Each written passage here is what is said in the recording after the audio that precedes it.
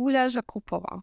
You're UNDP staff counselor, former national program consultant at CAS USAID, and former UNI project director at Columbia University's Global Health Research Center. Whoa, that sounds awesome. Welcome. Thank you. Thank you, Maria. Thank you for having me. Thank you for joining us. And could you tell us more about yourself?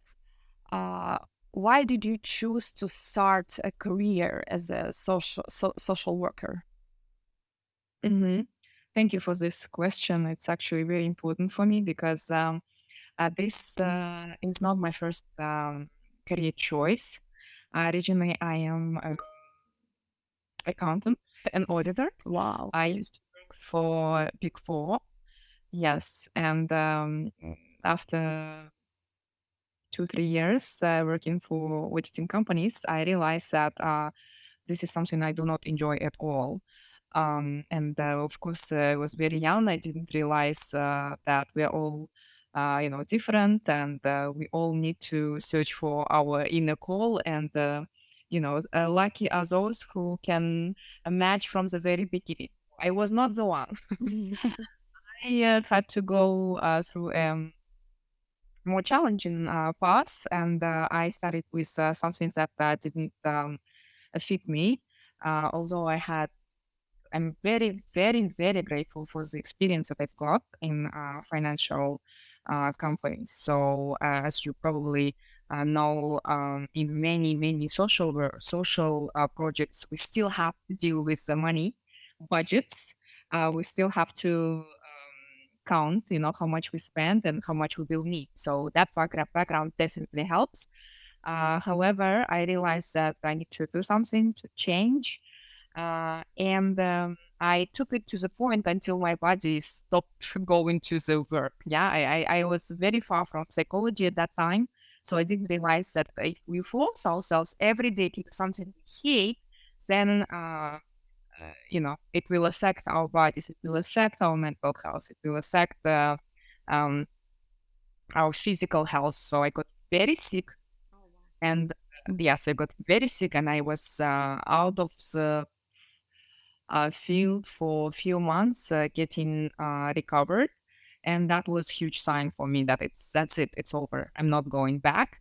So after I recovered, I went into international field, international organizations. I worked for OSCE, for the Dutch embassy, then for Nazarbayev University, which had a lot of schools from collaborating from other countries. So eventually, I realized that this is, in a way, the path I want to take. But also, I felt that whatever I did related to charity, helping people, it would just give me so much energy, so much motivation. So I wanted to combine that all, helping people, feeling that you are making change in other people's lives, but at the same time making it more maybe related to international organizations.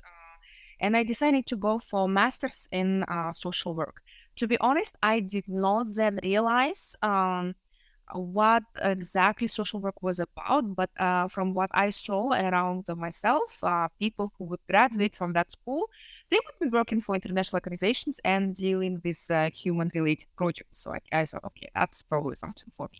When I went to school and started actually learning more, I realized how much it's needed in our countries, so that it's actually, we don't understand that this is very important profession, because social work is, I think it's a lot wider than just psychology or just social projects.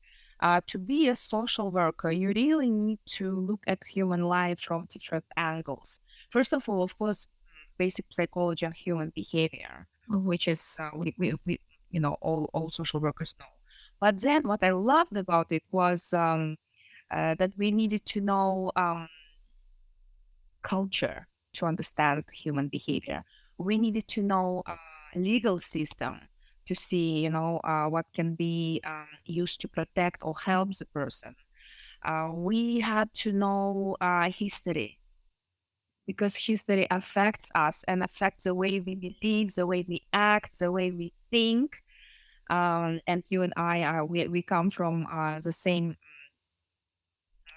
area, so you probably notice that people are still having Sovietic maybe mindset, yeah, and that's only because they were living for many years. I mean, maybe our parents, they were living for many years in that strict environment where they couldn't express themselves.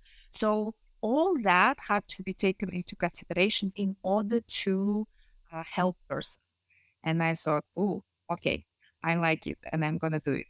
We had different directions that we could take in the school, social work at Columbia University. So they were social enterprise organizations. So it's much broader than just a A lot psychologist. broader. Yeah, you could choose different paths that we would like to take and concentrate on.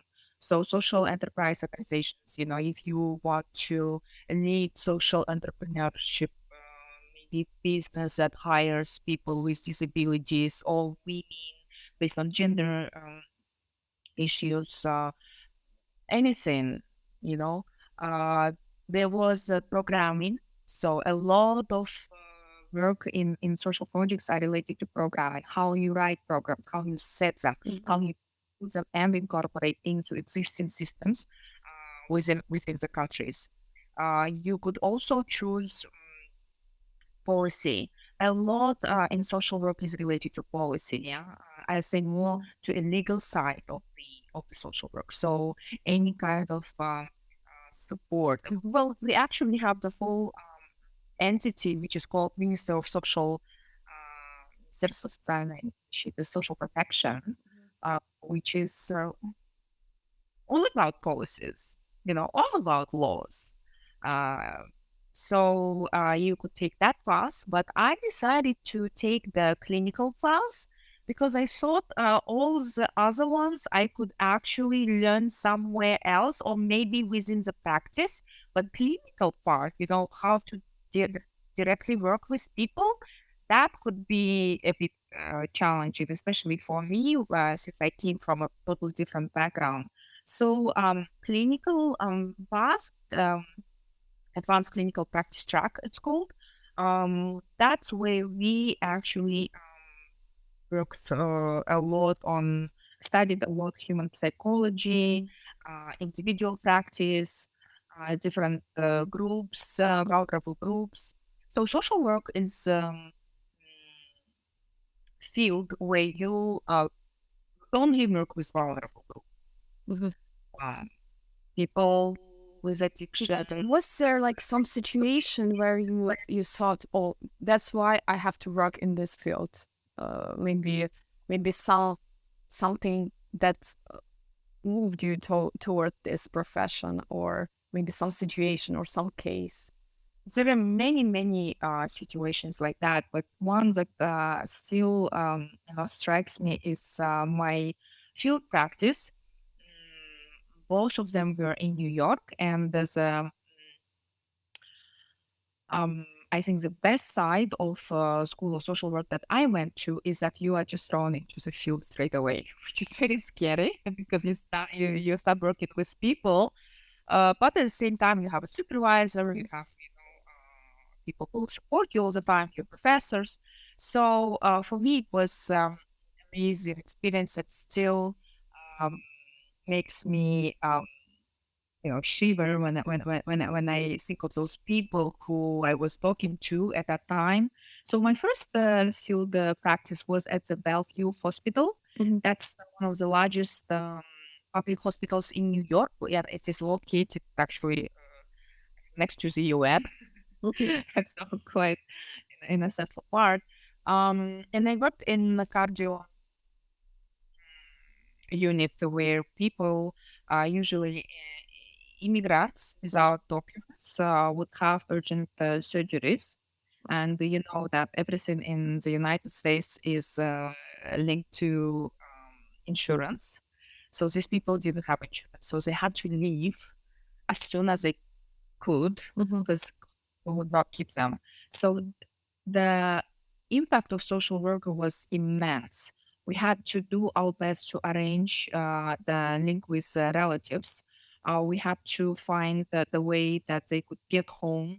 We had to find maybe shelters if they had no place to go. We had to find some lawyers that could lead their case at least for a while, so they can get some documentation. But So it's a yeah, huge it was. impact, right? That's a huge impact on you, on your mental health as well. Because if you talk to people like that, you're worried as well, and it's really hard. Yeah. How did you And this manage is it? why I think you can't go to this profession just without preparation and very, very training, yeah, which we had in our school. All the time, what we were discussing, we were processing how we feel, because sometimes you feel empathy, sometimes you feel even anger that people behave or make decisions that would hurt them. Mhm. And it was quite important path as well to realize that you are a human being too, and you have a right to feel the way you feel. A lot of time was spent on understanding how important self care is for us. So, in professions like mine, and I think in many professions, even anyone who works directly with people should remember that self care on a regular basis every day is actually part of your job description. You have to self care because that is your care for others. If you don't self care, eventually you will burn out, and then you will not serve people around you as you could have if you weren't. So if you think that, oh, I don't have time to self care, or it's very selfish for me to spend 1 hour on my own, or go to that walk, or have that coffee, or take that break. If someone feels that way, they definitely need to change that, because eventually this kind of thinking will bring to realization that I can't do it anymore, and then everyone will suffer, right?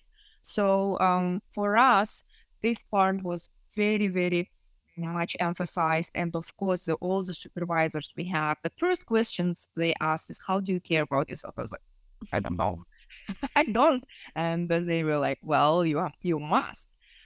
We had self-care days at Columbia when we didn't have to study. We just ate and laid down and had some, dance exercises, or yoga, or meditation, all kinds of things that would take you away from work.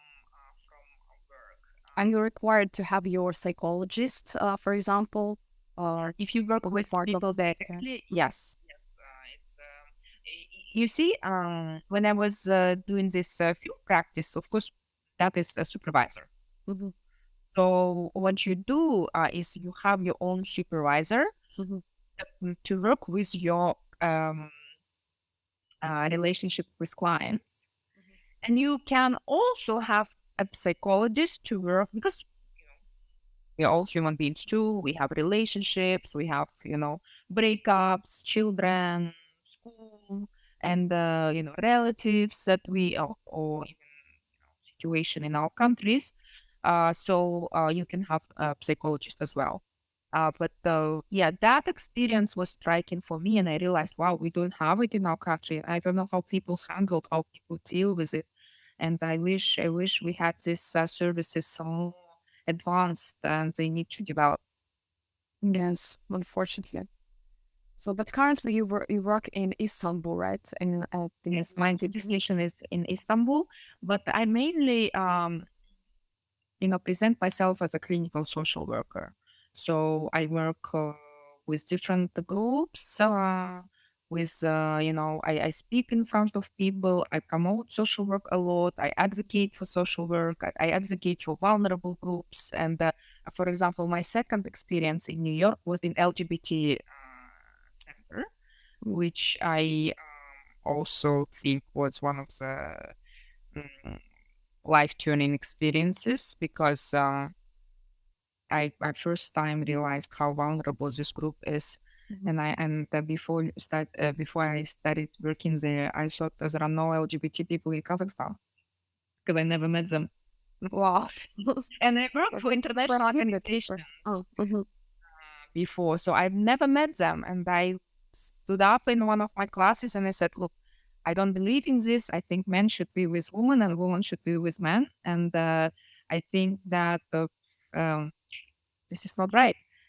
For which I got an answer from my professor saying, "Okay, I heard you. Thank you. You can sit down." So I wasn't scolded, but education is a key to change. Yeah, Mhm. eventually, step by step, I learned more about gender. I learned more about sexual orientation. I've met people finally, and now I have my best friends among LGBT community. I later worked for LGBT project. So all we need is just to educate people, just to uh, have them be exposed to diversity, and that will resolve so many problems in our societies. Yes, for sure. But do they have like different problems from other people? I mean, LGBT community people. Sure, sure, because of this um rejection from the society, yeah, that um, whatever you do, you are not enough, and usually families first that reject these people, so they um, very rarely get the support from the very beginning. Very, very rarely. Usually, it's a journey that they have to take, and it's additional to normal human being challenges like profession, friendships, love. It's just that you have to first prove others that you are normal human being with everything that other people are feeling. And so I really think that it's the struggles are a lot higher for these communities, and a lot of shame, guilt, um, and also due to the lack of information and education, also the struggle to understand who I am and how I should live, where I should live. Should I plan a family? Because for many heterosexual, for the majority, not for all, yeah, for the majority of heterosexual people, life path is Clear. yes, Mhm. clear. But for people from LGBT community, it's not always clear. They don't know if they want kids, if they want the official marriage, if they want to commit, if they, how that would look like in front of their families. So many additional struggles that people can face when they Mhm. want to be open.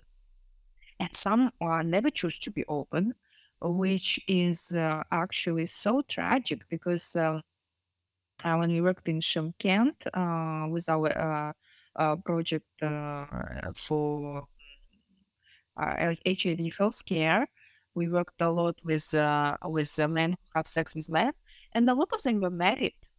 Mm.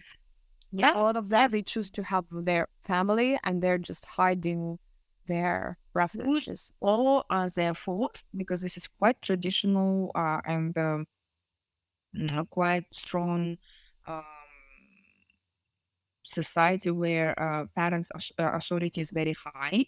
So you're just you know pressured from your family to get married, women and men. And yeah, it's very difficult well, it's like a death sentence to announce that you are um, LGBT from LGBT community. So they marry, they have families, and imagine, yeah. So we had one person who weren't able to live their lives openly. Then we have a woman involved who is not loved. Yes, exactly. And So so that's like a ruined. I call it ruined life life because is you are married with someone who doesn't love you, And oh my goodness, the majority of them had children. Yes, So it's very, very challenging to raise happy kids when mom and your both be dad happy. Yeah. are happy. It's just impossible.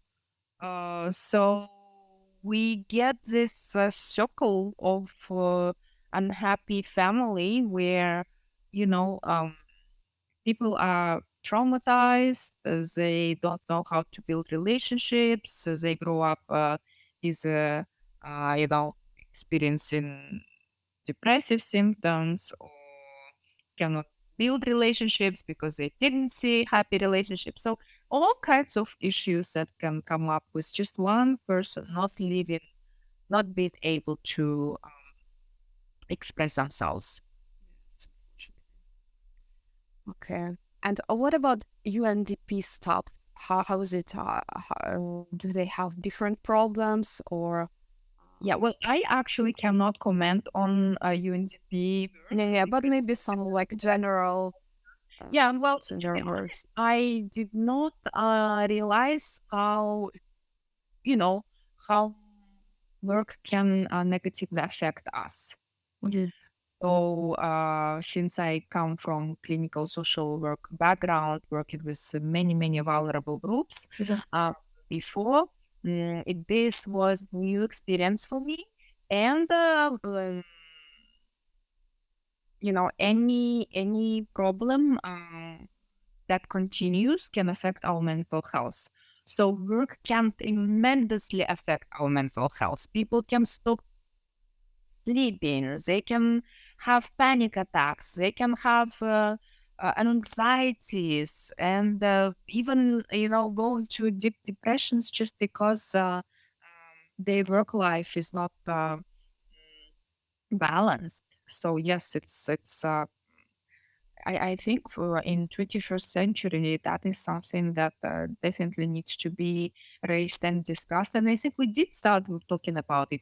Work and life balance is now talked a lot. Mhm. People realize that burnout can kill them eventually. Yes, unfortunately. So it's basically very similar to other people. Right. Of course, yes, people are people with similar feelings, similar issues, similar worries. In the end of the day, yeah, you just have to go through um, the same path to help anyone. Let's talk about feminism. I wanted to talk to you about this topic. What is feminism for you, for us in general? This term actually was invented by Charles Fourier, a French philosopher, and he was a man. So, well, what is feminism today? Mhm. Feminism uh,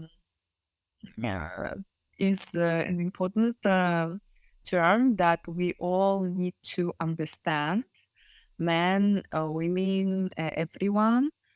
And what we need to know is that without feminism and its movements, we would not have been able to study, to women, I mean, to study, to get the higher education, to work, to vote, to choose who we want to marry, or if we don't want to marry. So that's all about feminism. So whatever voice we are given as of today, it's because we were protecting our rights. We were saying, hey, you can't just, uh, do and make decisions for women. They have to make these decisions. Unfortunately, um, a lot of times this concept is misunderstood. And I see that so often in the country where I'm from, in Kazakhstan. I worked a lot with women in Kazakhstan, and it's just so upsetting that women think if they call themselves feminists, that means they will reject men, hate men, they will have to work day and night, they will have to reject families, and they will have to take, guns and kill everyone. So it's like a very, very negative attitude to this word. And I try to explain during my individual sessions, and of course during sometimes when I do live sessions with guests I invite. I try to explain how important it is, and you don't have to reject men. It doesn't mean that at all. It doesn't mean you have to work like crazy day and night. It means it has nothing to do with it.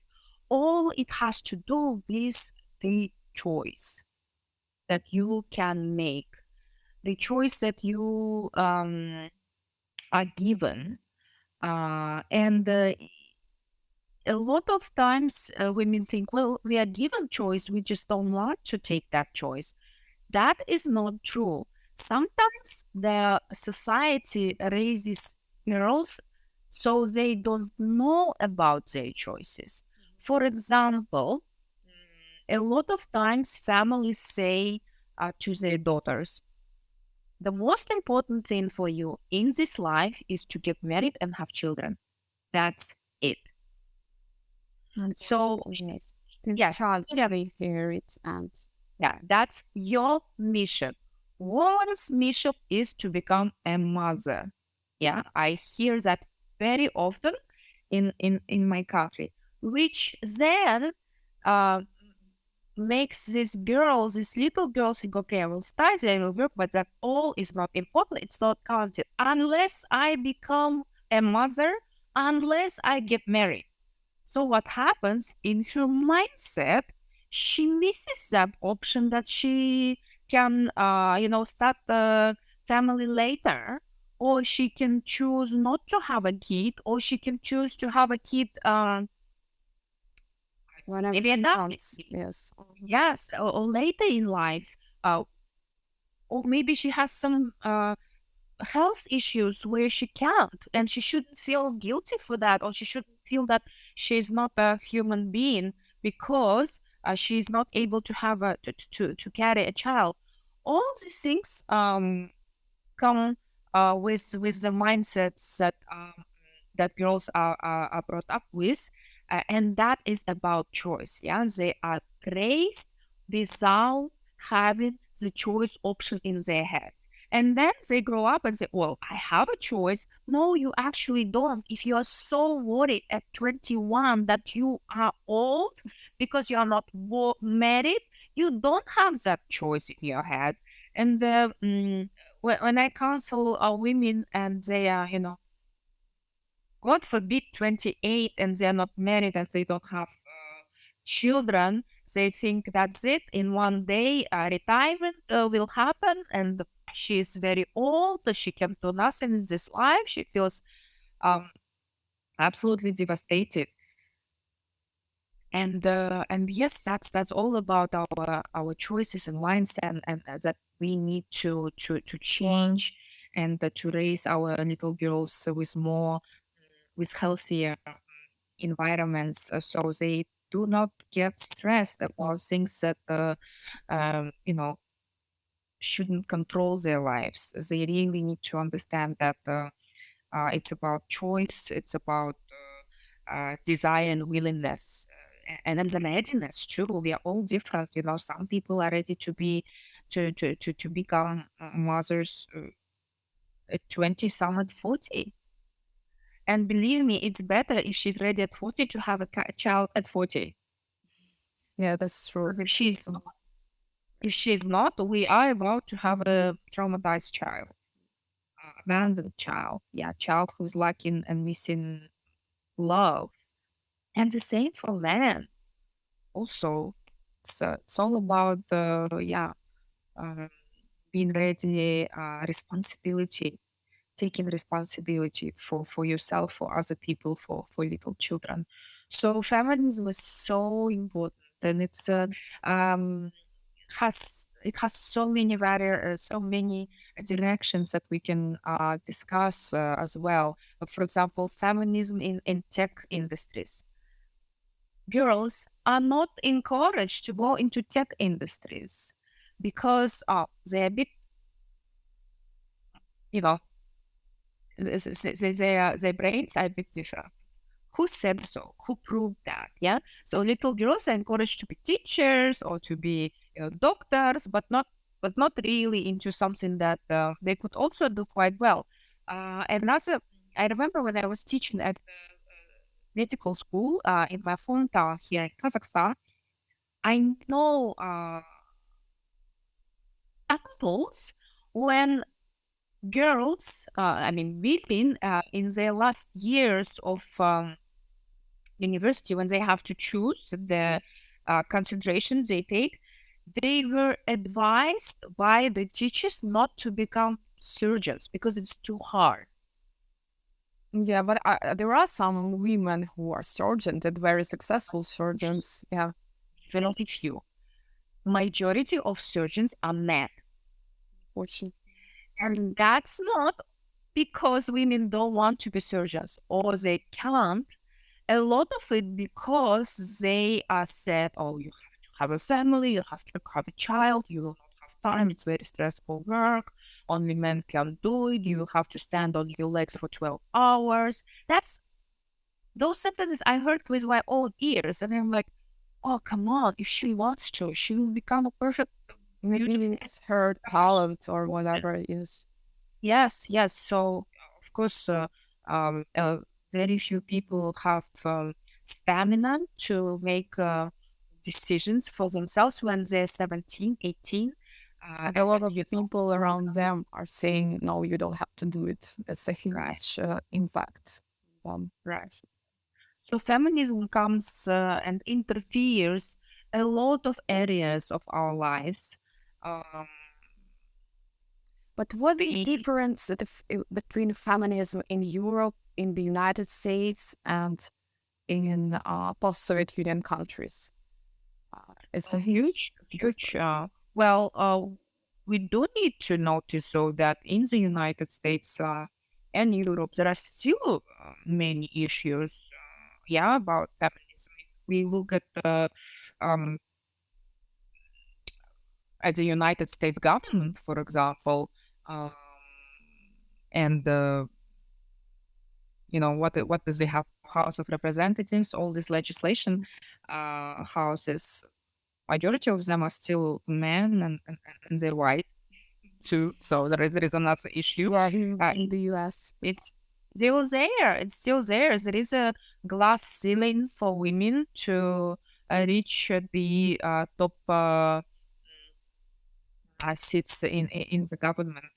Um, I recently watched an interview in the Senate, I think, for U.S. She was like a head of financial institutions. The candidacy was for being a head of financial institutions in the United States, quite a high position. And the person who was nominated was originally from Kazakhstan, and they were interviewing her. And they were and of course, because she's from Kazakhstan, we were all watching. But she has American, of course, passport. She's been living there since 1985, so she's there for what 30 years, 25, 30 years, and she was, has extensive background in the United States. She's professor at Carnegie University. She's famous financial um, professional. The way she was questioned was absolutely, absolutely humiliating. At least that's how I felt because the way she was introduced was look at this woman, a little child from Central Asia is sitting in the Senate. Wow. That's how she was introduced. I was shocked. She refused the position. Mhm.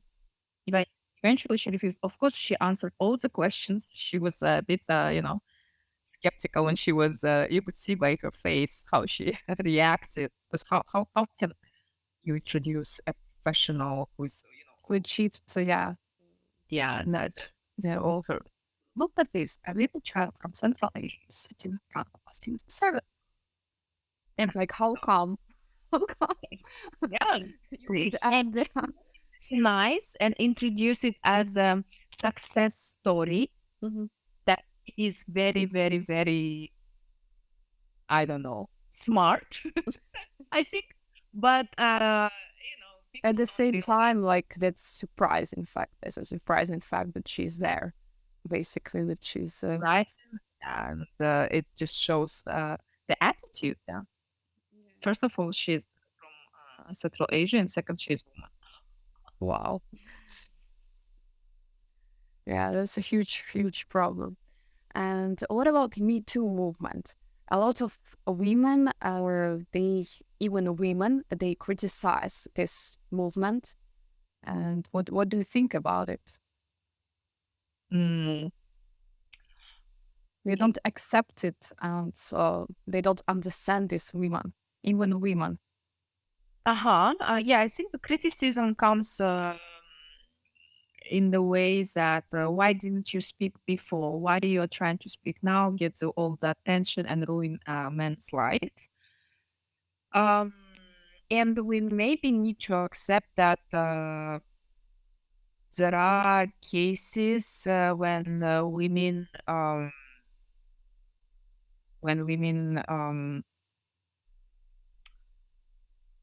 not saying the truth. Because we have to always keep in mind that it is possible, not that women, that it is possible. However, overall, I am very pro Me Too movement in Kazakhstan. We have Не молчи, don't be silent, the movement. I know that in Ukraine, you also had a movement. I don't remember how it is called, but we had a speaker here in Kazakhstan who came and shared about that. It's just absolutely devastating how common sexual harassment is everywhere, and it should be stopped. And until we stop talking about that, until we start sharing our experiences, until men will understand that there are consequences, Yes. we need to keep raise the flags, and we need just to make sure that it doesn't happen, because it just affects women's mental health tremendously. It's years of recovery, or maybe sometimes no recovery, uh, because it just stays in the memory as a trauma, psychological trauma that needs to be processed, healed, and it's very difficult. So until we all unite and start speaking about that, there will be no change whatsoever. So I think this movement brought some changes. But why do you think women criticize it? Even women, some women. I'm not talking about everyone, of course. There are a lot of women who support it. But maybe they don't. They just trying to hide something in themselves, or what's the psychological reason of it? What do you think? I think lack of understanding how it works. Yeah. For example, women might think that, well, she could have said no. I said no. She could have said no. So it's a lack of understanding of the situation because we are all different. Yes, some can, some can't. Due to the fact that maybe you were raised, when you cannot speak up with two men, or maybe the authority of the man is so high, or maybe it's financial situation when you know that if you say no, you will lose your job, or your career will be impacted. And whenever man has more power, he's guilty. Can't make moves to someone who is less powerful.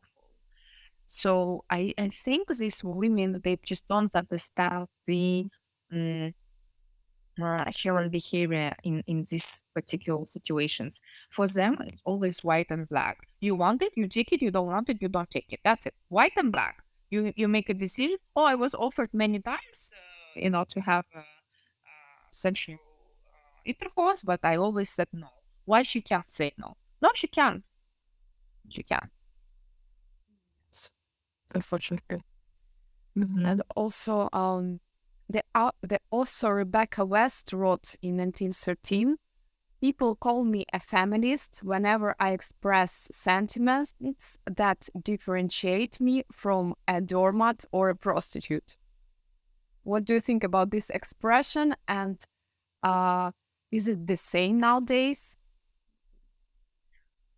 Um, Unfortunately, it's still close to what she has shared because I sometimes speak with quite educated women who got their, went to school in in Europe or in the United States, and they say, no, no, no, I'm not feminist. Don't say that. I think they think it's close to a bad word. Um, Although prostitution is also, first of all, yeah, in social work we call sex work, and then it's all comes from vulnerability of a woman, yeah, because I don't think a woman would choose to have sex and risk her health and her um, uh, and her life sometimes, yeah, because she cannot predict what will happen with her um, when it is related to sexual behavior. So, but it's totally because different topic. Sex workers are part of the vulnerable populations that could be worked with.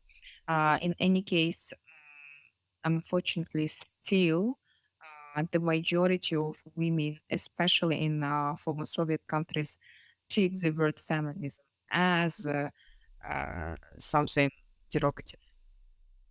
Yes, unfortunately.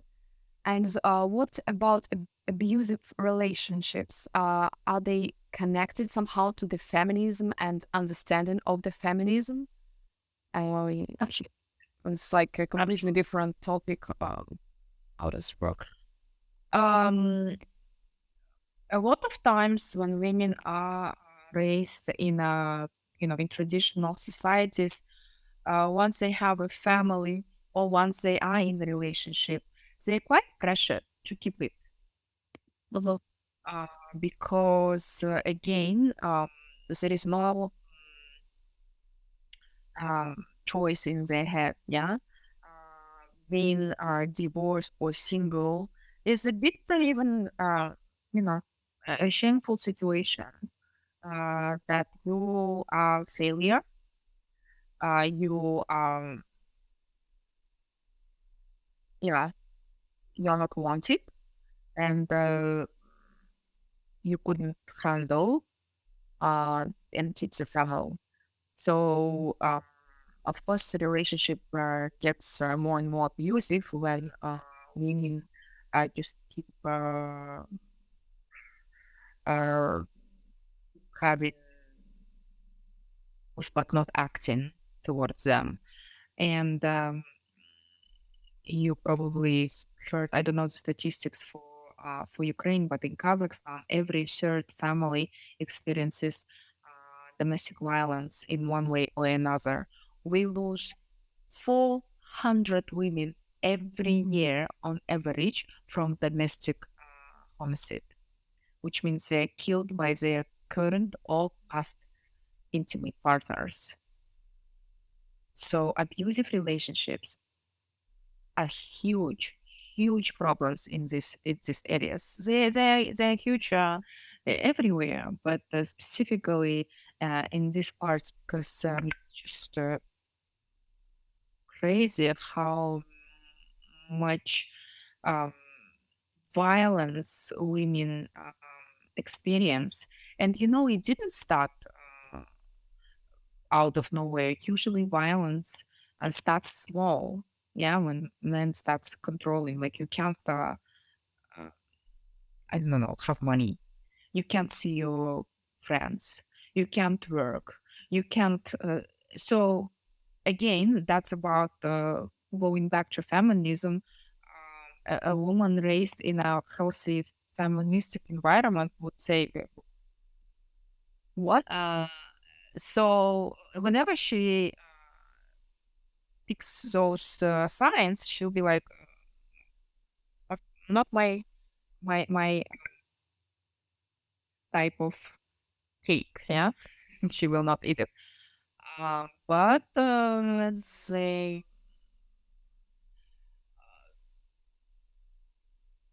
frequency. The frequency I see, I hear it, is just devastating. So we are really, really, really in a bad situation when it comes to families. Yes. Hopefully the situation will get better. Yes, yes. Months. Let's be Let's positive. be positive. Positive, yes, and let's hope that education will improve, that we will have a new generation of teachers who will understand properly what feminism is, will explain to the girls and boys, because boys will benefit from having feminist girls because they will be always honest with them, and eventually they will build happy relationships, and both sides will be happy. Yeah. Thank you so much for the interview. It was really nice to know. I knew a lot of information and a lot of interesting facts I didn't know.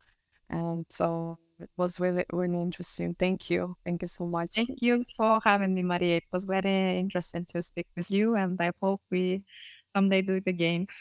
Yes, yes, I hope as well. Yes, thank you. Thank you. Have a nice, beautiful day.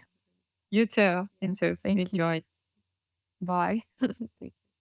Пока-пока. Пока-пока. Dear readers, dear friends, thank you so much for your attention, and you are always welcome to visit our website wpower.media and to subscribe to our online magazine. Thank you. Bye.